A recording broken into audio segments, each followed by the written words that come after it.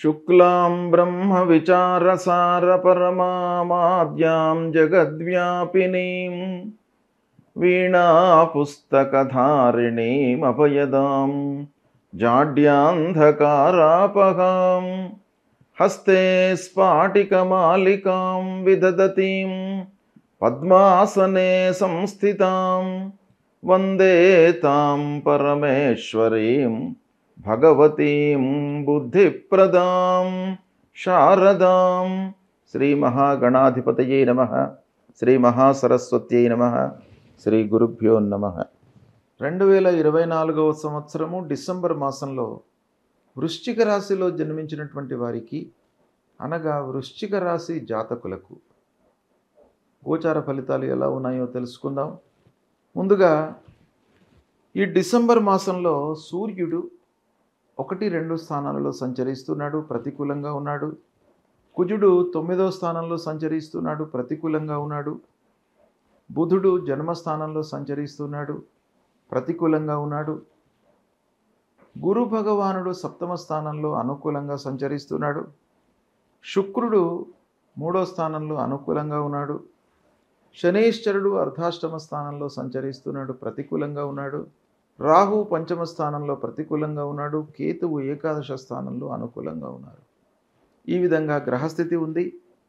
ఓవరాల్గా మనం చూసినట్టయితే గురు, కేతువు, శుక్రుడు ఈ ముగ్గురు కూడాను అనుకూలంగా సంచరిస్తున్నారు. కనుక కొన్ని విషయాలలో మనకు ప్రతికూలత ఉన్నప్పటికీ గురు భగవానుడి యొక్క అనుకూలత చాలా విషయాలపై ప్రభావాన్ని చూపిస్తుంది. కాబట్టి ఆ గురువు యొక్క అనుగ్రహంతో మీకు చాలా పనుల లోపల సత్ఫలితాలు కలిగేటువంటి అవకాశాలు ఉన్నాయి. అయితే ఓవరాల్గా మనం చూసినట్టయితే ఈ గ్రహస్థితి మూలకంగా మిశ్రమ ఫలితాలు ఎక్కువగా ఉండే అవకాశాలే ఉన్నాయి. కనుక జాగ్రత్తగా నిర్ణయాలు తీసుకోవాలి. ప్రారంభించినటువంటి పనులు సకాలంలో పూర్తి అవుతాయి. ఆ పనుల విషయం లోపల మట్టుకు మీరు సంతృప్తిగానే ఉంటారు. సత్ఫలితాలు ఉన్నాయి. శుభకార్య ప్రయత్నాలు ఫలిస్తాయి. శుభకార్యాలు చేస్తారు. శుభకార్యాలకు హాజరవుతారు. పిల్లల యొక్క వివాహం విషయం లోపల మంచి నిర్ణయాలు తీసుకుంటారు. మంచి సంబంధాన్ని కుదిర్చిపెడతారు. ఇక వివాహము అయ్యి సంతానం కొరకు ఎదురు చూస్తున్నటువంటి వారికి కూడాను ఈ డిసెంబర్ మాసము చాలా కలిసి వస్తుంది. సంతాన ప్రాప్తి గోచరిస్తుంది. ఈ మాసం లోపల చదువు పూర్తయి ఉద్యోగం వేటలో ఉన్నటువంటి వారికి కూడాను ఉద్యోగము లభిస్తుంది. కాబట్టి శుభ సమయము. కొద్ది ప్రయత్నంతోనే మంచి ఉద్యోగం లభించేటువంటి అవకాశాలు కూడాను ఉన్నాయి. ఇకపోతే విద్యార్థులు ఉన్నత విద్యకై ప్రయత్నాలు కొనసాగిస్తారు. భార్య పిల్లలతో సంతృప్తిగా ఉంటారు. కళాకారులకు, సాహిత్యవేత్తలకు మంచి అవకాశాలు వస్తాయి. కాబట్టి వాళ్ళు కూడాను తృప్తిగా ఉంటారు. మంచి అవకాశాలతో ఆదాయం కూడాను పెరుగుతుంది. తీర్థయాత్రలు, విహారయాత్రలు, పుణ్యనది స్నానాలు చేస్తారు. సద్గురువులను సందర్శించుకుంటారు. ఇక ఉద్యోగంలో ఉన్నటువంటి వారికి తోటి ఉద్యోగులతో కొంత మనస్పర్ధలు గోచరిస్తున్నాయి. అయినప్పటికీ అధికారుల యొక్క ఆదరణ మట్టుకు బాగా లభిస్తుంది. అధికారులు మీ పని యొక్క పనితనాన్ని, మీలో ఉన్నటువంటి నైపుణ్యాన్ని, స్కిల్ను వాళ్ళు పసిగడతారు.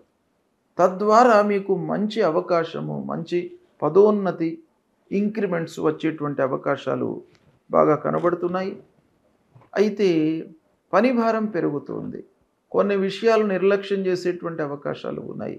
ఆరోగ్యాన్ని మీరు నిర్లక్ష్యం చేసే అవకాశం బాగా కనబడుతుంది ఈ మాసంలో. అది జాగ్రత్తగా చూసుకోండి. నిర్లక్ష్యం చేయకుండా ఆహార నియమాలను పాటిస్తూ సమయానికి భుజించడము, సమయానికి నిర్ణయాలు తీసుకోవడము, ఇవి చేసినట్టయితే మీకు చాలా విషయాలలో సత్ఫలితాలు కలుగుతాయి. బంధువులు, స్నేహితులతో సామరస్యంగా ఉంటారు. స్నేహితుల మూలకంగా మీకు మంచి జరిగే అవకాశాలు ఈ డిసెంబర్ మాసంలో బాగా కనబడుతున్నాయి. వ్యాపారస్తులకు చేతిలో ఉన్నటువంటి వ్యాపారం బాగానే కొనసాగుతుంది. అయితే కొత్త వ్యాపారము, పెట్టుబడులను వాయిదా వేసుకోవడం మంచిది. కొత్త పని ప్రారంభించే ముందు బాగా ఆలోచించడం కూడా అవసరము. కోర్టు వ్యవహారాలలో చాలా రోజుల నుంచి పెండింగ్లో ఉన్నటువంటి వ్యవహారాలు ఒక కొలిక్కి వచ్చేటువంటి అవకాశాలు ఉన్నాయి. కాబట్టి రాజకీయ కోర్టు వ్యవహారాలు అనుకూలంగానే ఉంటాయి. కష్టానికి తగిన ప్రతిఫలము ఓవరాల్గా ఈ మాసంలో కనబడుతుంది. కొన్ని ప్రత్యేకమైనటువంటి విషయాలలో కొంత జాగ్రత్త తీసుకోండి. అయినప్పటికీ ఓవరాల్గా మీరు ఆర్థికమైనటువంటి స్థితి పైన మనస్సు నిలపాలి. అంటే డబ్బు రాబడిపై మీరు మనస్సు నిలపాలి. ఆదాయాన్ని పెంచుకునేటువంటి మార్గాలను మీరు వెతుక్కోవాలి.